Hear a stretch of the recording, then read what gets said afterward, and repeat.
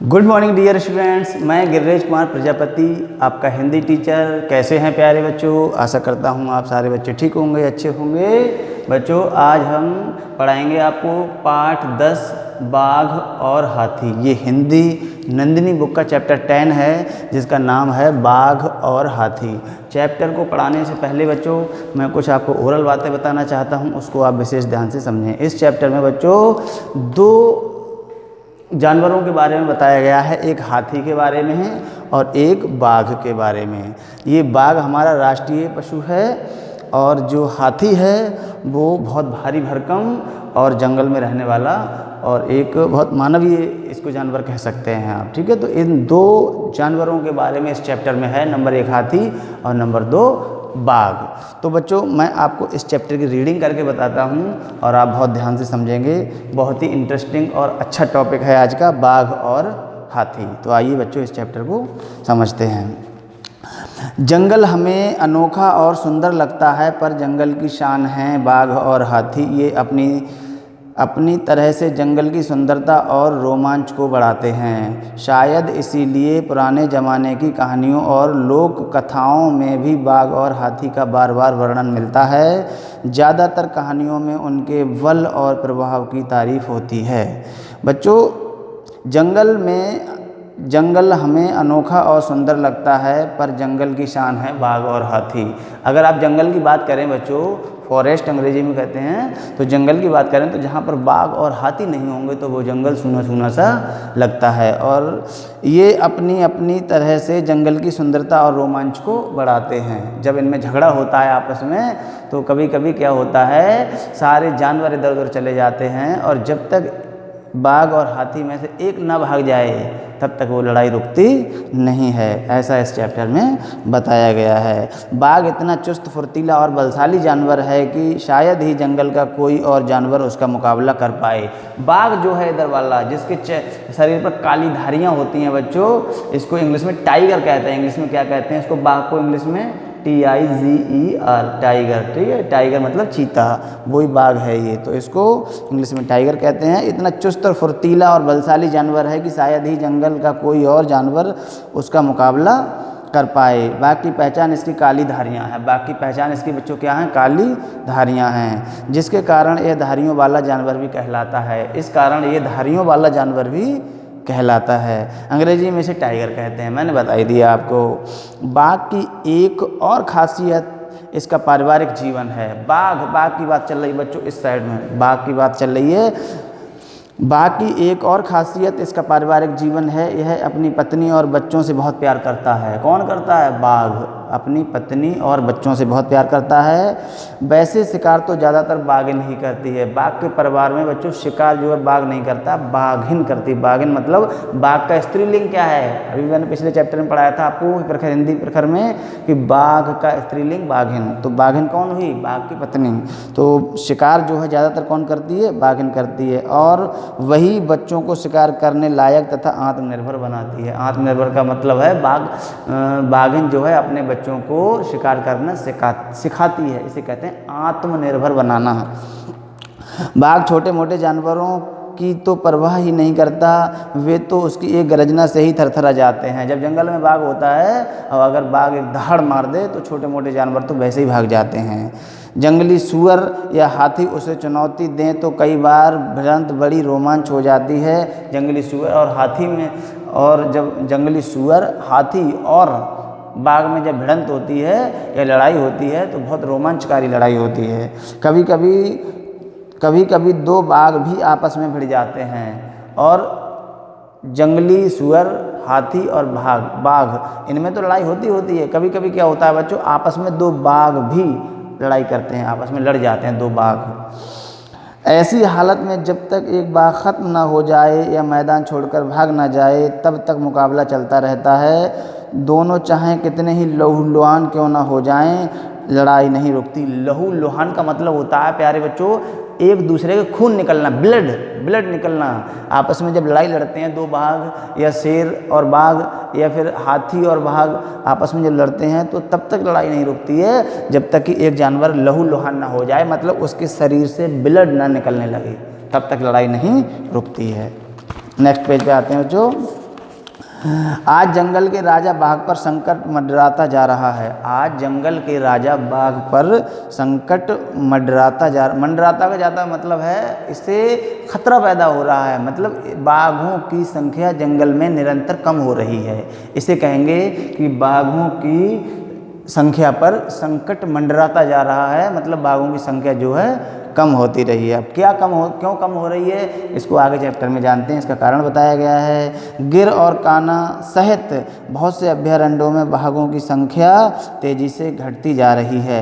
गिर राष्ट्रीय उद्यान और कान्हा राष्ट्रीय उद्यान। राष्ट्रीय उद्यान वो जगह है जहाँ पर जंगली जानवरों को रखा जाता है, जंगली जानवरों को सुरक्षित मतलब रहने की जगह है, ठीक है। तो गिर राष्ट्रीय उद्यान गुजरात में है। गिर और कान्हा सहित बहुत से अभयारण्यों में बाघों की संख्या तेजी से घटती जा रही है। ऐसे इसलिए घट रही है, आदमी छल बल से इन्हें मारता है, इनका शिकार करता है, इनकी चमड़ी को बेचता है, इसलिए इनकी संख्या जो है घटती जा रही है। आदमी छल बल से इन्हें मार देता है। अगर ऐसा ही चलता रहा तो बाघ, जिन्हें भारत की शान कहा जाता है, केवल ये किस्से कहानियों में ही रह जाएंगे। बाघ जो है भारत की शान कहा जाता है। अगर ऐसा ही चलता रहा, लोग छल बल से इन्हें मारने लगे, अपने मुनाफा कमाने के लिए लोग मारने लगे, तो एक दिन बच्चों वो आएगा कि बाघों की संख्या हमारे हिंदुस्तान से विलुप्त हो जाएगी। विलुप्त होने का मतलब खत्म हो जाएगी। बाघ की तरह हाथी भी बेहद बुद्धिमान और बलशाली जानवर है। अब बच्चों किसकी बात आई है? हाथी की। इंग्लिश में कहते हैं इसको एलिफेंट। तो हाथी की बात आई है, तो बाघ की तरह हाथी भी बेहद बुद्धिमान और बलशाली जानवर है। इसकी शान का भी जवाब नहीं। बाघ की तुलना में यह काफ़ी विशाल जानवर है। बाघ जो है फुर्तीला है, चुस्तीला है, लेकिन इतना बड़ा आकार में नहीं है जितना कि बड़ा हाथी है। हाथी जो है बाघ की तुलना में ज़्यादा विशालकाय है, ज़्यादा ताकतवर है और ज़्यादा उसका शरीर। Take your seat. जिसे आते देखकर लगता है जैसे कोई छोटा पहाड़ चला आ रहा है। जब हाथी आता है तो उसे ये देखकर लगता है बच्चों कि जैसे मानो कोई छोटा पहाड़ चला आ रहा है किसी की ओर। पर हाथी बड़ा अनोखा भी है। छोटे छोटे बच्चों को सूंड से उठाकर अपनी पीठ पर बैठा लेना, फिर उन्हें सवारी का पूरा आनंद देना इसे बड़ा पसंद है। ऐसे समय हाथी की आंखों में भी बड़ी गहरी ममता देखी जा सकती है। सर्कस में यह एक से बड़े एक अजूबे दिखाता है। किसी भी बाधा या मुश्किल से यह घबराता नहीं है। किसी भी मुश्किल से या बाधा से घबराता नहीं है। इसको बच्चों को अपनी पीठ पर बैठाना, किससे? सूंड के जरिए पीठ पर बैठाना और चलना, इसे बहुत अच्छा लगता है हाथी के लिए। हाथी में धैर्य भी है, बल भी और बुद्धि भी। हाथी में धैर्य है, बल है, बुद्धि है। धैर्य का मतलब है किसी को देख करके एकदम उतावला नहीं होता है और उस पर एकदम हमला नहीं करता, ऐसे कहते हैं मन में धैर्य रखना। बल मतलब शक्ति है और बुद्धि मतलब उसमें इंटेलिजेंस है। हाथी में तीनों चीज़ें गुण मौजूद हैं, इसीलिए यह सबका लाडला जानवर है और हर जगह इसे बहुत सम्मान दिया जाता है। हाथी के लिए बहुत सम्मान इसलिए दिया जाता है कि इतना भारी भरकम और विशाल जानवर होने के बावजूद भी हाथी जो है मनुष्य के इशारे पर कभी कभी काम करता है। कभी कभी क्या, सर्कस में आप देखिए, आप लोग सर्कस में देखने गए होंगे, ड्रामा सर्कस में, तो हाथी अगर कोई भी महावत उससे कहता है बैठ तो बैठ जाता है और उससे कहता है खड़े हो तो खड़े हो जाता है। इसे कहते हैं आदमी की बात को फॉलो करना, आदमी की बात को मानना। हाथी जितना बलशाली जानवर है जंगल में कोई नहीं, यहाँ तक कि बाघ भी नहीं। अगर कभी भिड़ंत हो जाए तो वह भी इसका सामना करने से घबराता है। हाथी अपनी ओर से किसी को कम ही तंग करता है। हाथी मतलब अपनी ओर से किसी के लिए तंग नहीं करता है, परेशान नहीं करता है, पर जब कोई उसे बिना कारण परेशान करे तो उसे वह छोड़ता भी नहीं है। मतलब यह है कि हाथी को अगर कोई बच्चा परेशान करेगा या कोई भी जानवर परेशान करता है तो वो उसको छोड़ने वाला भी नहीं है। इस तरीके से आप समझ सकते हैं हाथी के गुण के लिए। हाथी एक पारिवारिक ही नहीं सामाजिक जीव भी है। पारिवारिक ही नहीं सामाजिक जीव भी है। पारिवारिक ही नहीं सामाजिक जीव भी है। बड़े बड़े झुंडों में रहना इसे बेहद पसंद है, इसीलिए 40 हाथियों के झुंड जंगल में आसानी से मिल जाते हैं। देखो प्यारे बच्चों, झुंड आप नहीं समझ पा रहे, झुंड क्या है, इसको हिंदी में लिख के दिखाता हूँ मैं। झुंड, ये झुंड है 30 और 40, 30 के झुंड हाथ में मिल जाते हैं। झुंड को अंग्रेजी में अगर आपको समझाने की कोशिश करूं तो ग्रुप या PAIR, पेयर, ये स्पेलिंग होती है, चेक कर लेना, कोई दिक्कत नहीं है, ठीक है। झुंड मतलब ग्रुप या पेयर। अगर एक से ज़्यादा लोग वहाँ पर हैं इकट्ठे या एक से ज़्यादा हाथियों का ग्रुप है तो उसे कहेंगे हिंदी में झुंड, ठीक। अब मुझे लगता है कि आपको समझ में आ गया हो झुंड क्या है। इतना बलशाली जानवर हाथी आसानी से महावत के काबू में आ जाता है। महावत मतलब जो हाथी को चलाने वाला है, हाथी को चलाने वाला व्यक्ति कौन कहलाता है? महावत। कोई महावत हाथी को कैसे काबू में लाता है और उससे मनचाहे काम करा लेता है, इस पर भी बहुत खोजबीन हुई है। बहुत से ऐसे शब्द हैं जिन्हें महावत हाथी को सिखा देता है। वे शब्द बोलने पर हाथी वही काम करता है जो महावत चाहता है। मतलब ये है कि कभी कभी क्या होता है, महावत जो हाथी को हैंडल करने वाला, हाथी को चलाने वाला है, तो वो ऐसी वर्डिंग इस्तेमाल करता है जिससे हाथी उस शब्दों को समझ लेता है। कौन कौन से शब्द हैं वो समझते हैं। जैसे तेरे कहने पर वह लेट जाता है। अगर महावत जो है हाथी को कहेगा त्रे, तो इसका मतलब है हाथी क्या होगा? लेट जाएगा ज़मीन पर। त्रे, उठ कहने पर उठ जाता है, त्रे कहने पर लेट जाता है, उठ कहने पर उठ जाता है। किसी को सूंड के सहारे पीठ पर बैठाने के लिए भी शब्द है और पानी पीने के लिए भी शब्द है और नहाने के लिए भी शब्द है। अलग अलग हैं, केवल यहाँ पर 2 दर्शाए गए हैं आपकी बुक में। एक त्रे कहने पर लेट जाएगा, उठ कहने पर उठ जाएगा, बाकी पानी पीने के लिए, नहाने के लिए और सूंड के द्वारा पीठ पर बैठाने के लिए अलग अलग शब्दों का महावत प्रयोग करता है। और उन शब्दों की सहायता से हाथी पहचान लेता है कि मेरा महावत क्या कह रहा है, ठीक है। हाथी बुद्धिमान और शांति प्रिय जानवर है। इसकी मस्ती भरी चाल दर्शकों को मुग्ध करती है। ये सेंटेंस समझें, हाथी बुद्धिमान और शांति प्रिय जानवर है, इसकी मस्ती भरी चाल दर्शकों को मुग्ध करती है। मुग्ध का मतलब होता है आनंदित करती है। एक लाइन और पढ़ता हूँ तब आपको समझाऊंगा मैं। इसलिए 26 जनवरी की परेड में हाथी जरूर आते हैं। जब महावत इसके सुंदर शरीर पर चित्रकारी करते हैं तो इसकी छटा देखने लायक होती है। पानी में नहाना इसे बेहद पसंद है। 26 जनवरी की परेड जब होती है तो उसमें हाथी का आना लाजमी होता है। और इसकी मस्ती भरी चाल क्या? एक तो देखो चाल ये है, ये सिंपल है, और एक मस्ती भरी चाल, मुस्कुरा करके इस तरीके से चलना, तो इसे कहते हैं मस्ती भरी चाल। तो जब हाथी की मस्ती भरी चाल बच्चों को, बड़ों को और वृद्ध लोगों को बहुत मुस्कुराती है, मतलब खुश करती है, आनंदित करती है। जरूरी नहीं है कि बच्चों को ही खुश करे, ठीक है, बड़ों को भी खुश कर सकती है। कभी कभी ये तो घंटों नदियों और तालाबों में घुसकर नहाते हैं। हाथी को पानी में नहाना बहुत पसंद है। और कभी कभी क्या होता है, अंदर नदी में या तालाब में हाथी चला जाए तो घंटों के हिसाब से नहाता है। हाथी की उम्र लंबी होती है। आमतौर से इसका जीवन 60 से 70 वर्ष तक माना जाता है। हाथी की बहुत बड़ी आयु होती है आदमी के समान, और हाथी एक हिसाब से 60 से 70 वर्ष तक उसका जीवन है, यानी उसके जीवनचर्या जो चलती है वो 60 से 70 वर्ष तक की मानी जाती है। ज़्यादा भी जी सकता है, कम भी जी सकता है, ये ईश्वर के हाथ में होता है। अपने लंबे जीवन में आदमी का खूब साथ निभाता है और बड़े बड़े काम करता दिखता है।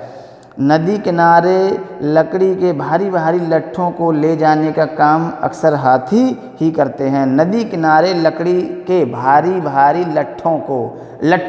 लकड़ी के भारी भारी लट्ठों, एक तो लकड़ी जो होती है पतली वाली, ये छोटी सी लकड़ी है, एक बहुत मोटा लट्ठा होता है, पेड़ का तना जिसे बोलते हैं, बहुत मोटा था, ये आदमी नहीं उठा सकता है, तो इसको अपनी सूंड से पकड़ करके हाथी एक स्थान से उठा करके दूसरे स्थान पर पटक देता है या ले जा करके रख देता है, ठीक है। इसे कहते हैं लकड़ी का लट्ठा। अकेला हाथी कई आदमियों के बराबर काम करता है। ये तो बात जाहिर है कि हाथी में बल बहुत है, शक्ति बहुत है, बुद्धि बहुत है, तो वो एक आदमी के काम करने से ज़्यादा काम करता है। अगर 10 आदमी उस काम को काफ़ी समय में करेंगे, उसी काम को हाथी कुछ मिनटों में एक स्थान से दूसरे स्थान पर सामान रख देगा, तो समय की बचत होगी और आदमियों की भी बचत होगी। इसलिए हाथी जो है आदमी के जीवन में बहुत फ़ायदेमंद है।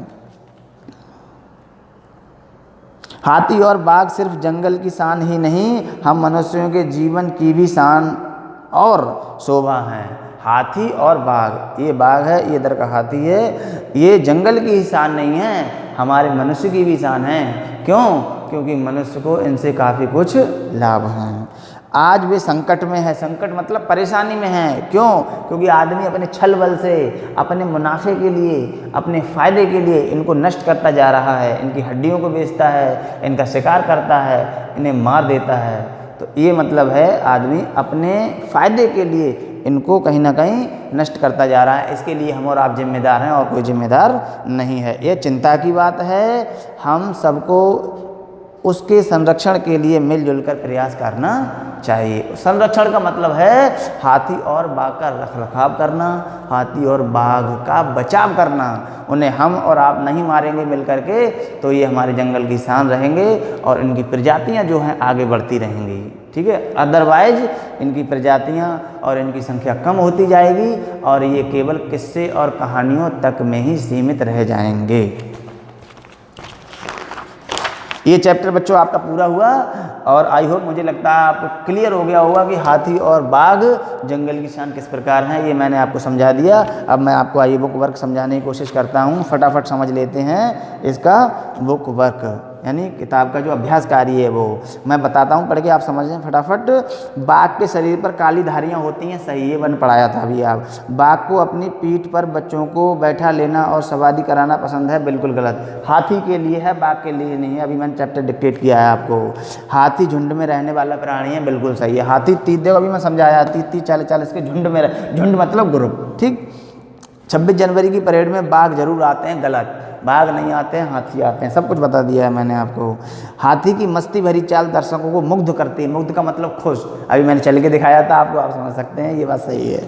ठीक है, बाघ में कौन सा गुण नहीं पाया जाता है? देखो, फुर्तीला, बलशाली, दयालु, बुद्धिमान। अब आप समझो, ये आपके बताने का काम है। बाघ में कौन सा गुण, देखो निगेटिव है, कौन सा गुण नहीं पाया जाता है? तो फुर्तीला, बलशाली, दयालु और बुद्धिमान। तो बाघ फुर्तीला भी है, बलशाली भी है, बुद्धिमान भी है, लेकिन दयालु नहीं होता। बाघ को दया आ जाएगी तो समझो दिक्कत हो जाएगी। ठीक, हाथी जिसके काबू में आसानी से आ जाता है उसे महावत कहते हैं, अभी पढ़ाया था मैंने। हाथी की उम्र, देखो इसमें ऑप्शन थोड़ा दिक्कत है, 60 से 70 वर्ष तक हाथी की आयु मैंने पढ़ाई थी अभी आपको, लेकिन इसमें ऑप्शन नहीं है। तो इसमें 60 से 70 की जगह ना हो करके 50 से 100 वर्ष तक ऑप्शन लगाएंगे, चौथा वाला। सही, कौन सा ऑप्शन लगाएंगे? चौथा वाला। सही, ये मतलब इसका सही है। भाषा ज्ञान में देखिए, ये वाला जो है इसमें पहला है, ये अपनी अपनी तरह से जंगल की सुंदरता और रोमांच को बढ़ाते हैं, तो यहाँ पर ये आएगा, यहाँ पर आएगा। सेकंड में बे, तो उसकी एक गर्जना से ही थरथरा जाते हैं, वह नहीं, बे आएगा यहाँ पर, ये और यहाँ पर वे। ठीक है, इसकी मस्ती भरी चाल दर्शकों को मुग्ध करती है, तो इनकी नहीं आएगा, इसकी है, किसकी? हाथी की आएगा।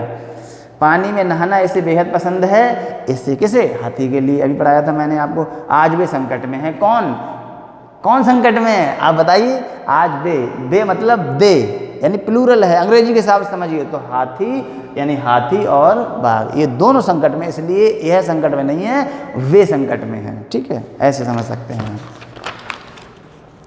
फटाफट इसको देख लेते हैं। निम्नलिखित शब्दों के स्त्रीलिंग बताइए। अब मैं पढ़ के बताता हूँ, आपको समझदार समझ लेंगे। बाघ का बाघिन, हाथी का हथिनी, शेर का शेरनी, मोर का मोरनी, घोड़ा का घोड़ी, दादा का दादी, बकरा का बकरी और लड़का का लड़की, ये इनके स्त्रीलिंग हो गए। ठीक है, अब एक क्वेश्चन और है आपके, दिए गए शब्दों के अनुपयुक्त पर्यायवाची पर सही का निशान लगाइए। देखो, एक तो होता है उपयुक्त, उपयुक्त का मतलब होता है सम्मिलित या फिर एक जैसा, और अनुपयुक्त का मतलब है एक जैसे से थोड़ा अलग हटके, मतलब कुछ चीज़ें एक समान है, कुछ अलग है, तो जो कुछ अलग है वो अनुपयुक्त है। ठीक है, ऐसे समझो आप। अब जैसे मैं ऑप्शन बताता हूँ तो समझ में आएगा आपको। शेर, सिंह, बनराज, गणराज और केसरी, इसमें जो है शेर के 3 पर्यायवाची हैं। पर्यायवाची मतलब, पर्यायवाची शब्द कौन से होते हैं? जिनके अर्थ जो समान होते हैं, शब्द चाहे भले ही अलग हों लेकिन मीनिंग उसके समान होगा, पर्यायवाची हैं। तो सिंह, बनराज और केसरी ये हाथी के पर्यायवाची हैं और गणराज नहीं है। इसी प्रकार जंगल के वन, कानन, अरण्य और सुमन, तो वन, कानन और अरण्य जंगल के पर्यायवाची शब्द हैं। सुमन नहीं होता, सुमन होता है प्रिय बच्चों फूल का। सही है। बुद्धिमान, तो होशियार, ताकतवर, सयाना और निपुण। बुद्धिमान के पर्यायवाची देखो, होशियार भी बुद्धिमान हो सकता है, सयाना भी बुद्धिमान हो सकता है, निपुण किसी काम को करने में निपुण, बहुत माहिर, तो ये भी पर्यायवाची इसका। लेकिन ताकतवर, ताकतवर जरूर, अगर कोई आदमी बहुत बलशाली है तो ये जरूरी नहीं है वो बुद्धिमान हो, तो इसलिए ये गलत है, ताकतवर गलत है। तो आई होप, मुझे लगता है ये चैप्टर आपको समझ में आ गया होगा। बहुत बहुत शुभकामनाएं मेरी आपके साथ हैं। पढ़ते रहिए, मुस्कुराते रहिए। जय हिंद, जय भारत।